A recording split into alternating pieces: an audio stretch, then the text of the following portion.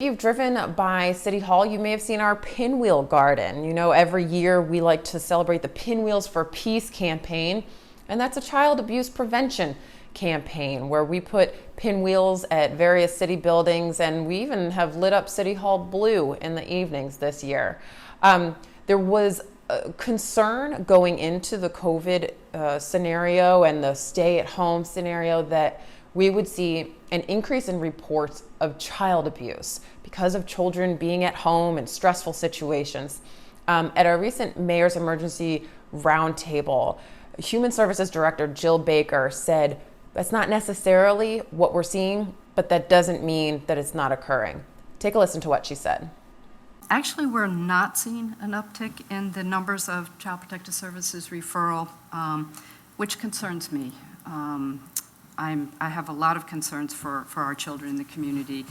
Child Protective Services has been, and we will continue to respond to all calls of abuse and neglect. But as you know, the schools are oftentimes a safe haven or a safety net for children who may be being abused or neglected at home.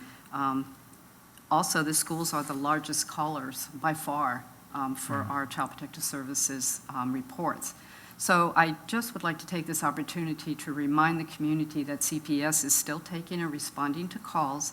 And if anyone suspects, and all you have to do is suspect, you don't have to prove it, that a child is being abused or neglected, they can simply call our hotline, and that's 382-2020, easy number to remember. And we have family service workers who will take your information and get all the details so that we can respond quickly to ensure a child's safety.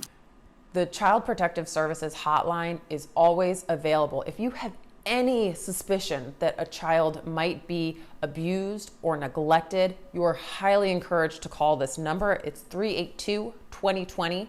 That's the Chesapeake Child Protective Services hotline. And all you have to do is have a suspicion. You don't have to have any proof, but if you are concerned in any way that a child may be abused or neglected, please call that number, 382-2020.